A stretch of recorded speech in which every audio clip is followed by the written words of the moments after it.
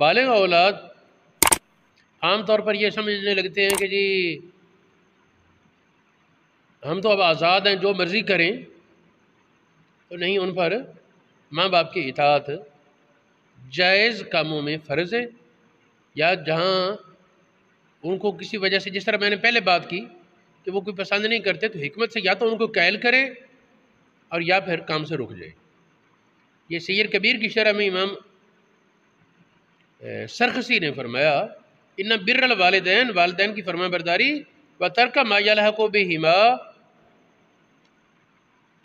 ضرر، اور وہ اس چیز کو چھوڑنا جس سے والدین کو تکلیف پہنچے، فرض علیہ عینن، یہ فرضی عین ہے، اس کے لیے اس کو فرض کفایہ جہاد کے لیے بھی نہیں چھوڑ سکتا، اور نفلی عمرہ حج وہ تو پھر رہی اڑے کی بات ہے۔ اصل یہ مسئلہ ہے، سربدائے سنائے میں بھی ہے۔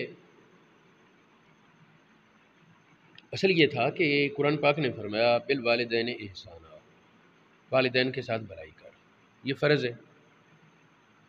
آپ سوچیں کیا یہ فرض اس پر ہے جو مکلف ہے یا جو غیر مکلف ہے؟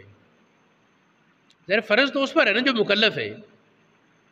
تو ہمارے نوجوانوں کو جو اکثر سنا جاتا ہے جی بالغ اولاد ہو جائے تو اس پر کیا پابندی ہے جی، جو مرضی کرے؟ نہیں، وہی تو اصل مخاطب ہے۔ نابالغ کو تو وہ تھپڑ مار کر بھی سیدھا رکھیں گے،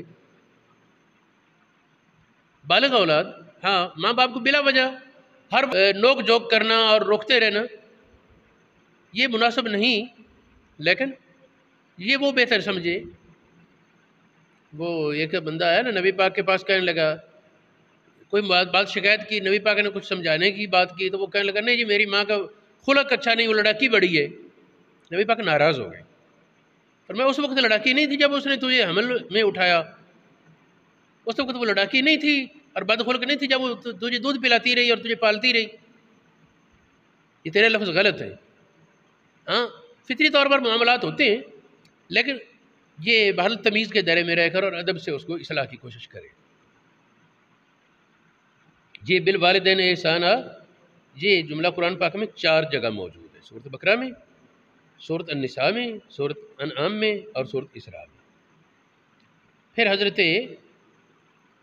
یحییٰ علیہ السلام کے حوالے سے برم بوالدہ ہے، اپنے ماں باپ کا فرما بردار، سورہ مریم میں ہے۔ عیسیٰ علیہ السلام چونکہ اللہ پاک کی حکمت کاملہ سے ان کا کمال یہ تھا کہ باپ سے پاک اور اکیلی ماں کے تھے، تو ان کے بارے فرمایا برم بوالدتی، ان کا یہ قول نقل کیا سورۃ مریم سے۔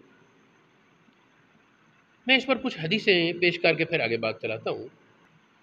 یہ حضرت ابو درداء والی حدیث جو میں پہلے ذکر کر رہا تھا، کسی نے طلاق کے بارے پوچھا تو اس حدیث میں ابو درداء نے فرمایا، کسی نے پوچھا کہ میری ماں کہتی ہے طلاق دے، تو انہوں نے جواب میں فرمایا الوالدو، سوال ماں کا تھا، جواب والد کا، کہ باپ سے من وجوہ ماں کا حق زیادہ ہے۔ جب باپ کا یہ معاملہ ہے تو ماں کی اطاعت تو اور زیادہ ضروری ہوگی۔ الوالد اوسط ابواب الجنہ، باپ جنت کا اعلیٰ دروازہ ہے۔ فادے ذالک الباب او احفظ ہو، اس دروازے کو ضائع کر یا اس کی حفاظت کر۔ یہ حدیث مسند احمد بن حنبل میں موجود ہے، جامع ترمذی میں ہے، سنن ابن ماجہ میں ہے، مشکل الاثار میں ہے، مستدرک امام حاکم میں ہے، ابو داؤد طیالسی میں ہے، اور اس کی سندیں صحیح ہیں۔ پھر ایک اور حدیث نبی پاک علیہ السلام نے فرمایا رضا الرب فی رضا الوالد، اللہ کی رضا باپ کی رضا میں ہے، وسخط الرب فی سخط الوالد، اللہ پاک کی ناراضگی والد کی ناراضگی میں ہے۔ یہ حدیث الادب المفرد میں امام بخاری نے بیان کی، مستدرک امام حاکم میں ہے، شعب الایمان بہقی میں ہے، شرح السنہ میں ہے، اور تازہ مجھے نظر میں نہیں آیا لیکن پڑھا ہے کسی کا حوالہ کہ ترمذی شریف میں بھی ہے، ممکن ہے ہو۔ ایک اور حدیث جس میں کسی نے پوچھا آقا کریم علیہ السلام سے میں کس سے بھلائی کروں، آپ نے فرمایا اپنی ماں سے۔ اس نے پوچھا اس کے بعد، فرمایا اپنی ماں سے، اس کے بعد فرمایا اپنی ماں سے، اس کے بعد فرمایا اپنے باپ سے۔ یہ حدیث سیاح کی بہت سی کتابوں میں موجود ہے، بخاری شریف، ترمذی شریف، سنن ابو داود، مسند احمد بن حنبل، مستدرک، معجم کبیر، سنن بہقی، مشکل الاثار امام طحاوی اور شعب الایمان وغیرہ میں یہ حدیث موجود ہے۔ ایک معروف حدیث ہے ہمارے عوام میں، الجنت تحت اقدام الامہات، جنت ماؤں کے قدموں تلے ہے۔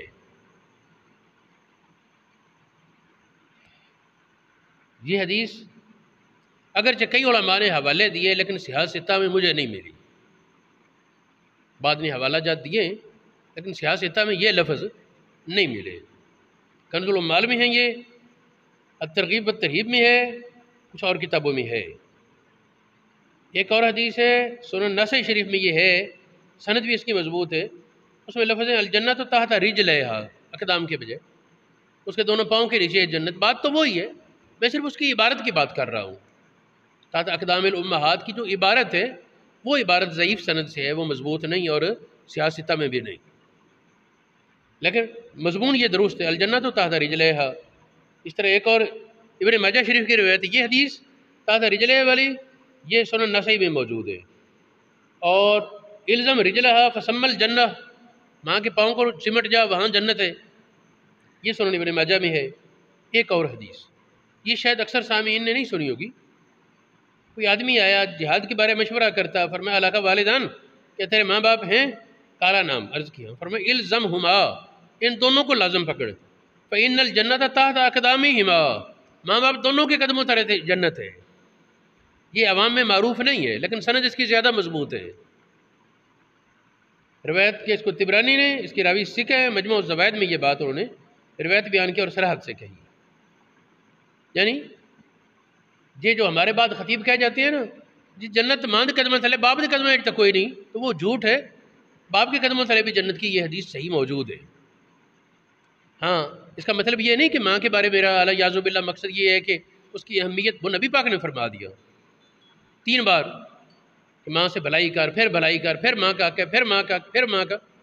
میں صرف اس روایت کی بات کر رہا ہوں کہ اللہ اور رسول نے جو فرمایا اس کو سیدھا سیدھا بیان کرنا چاہیے، اپنی پسند اور ناپسند کے ساتھ پھیرنا نہیں چاہیے.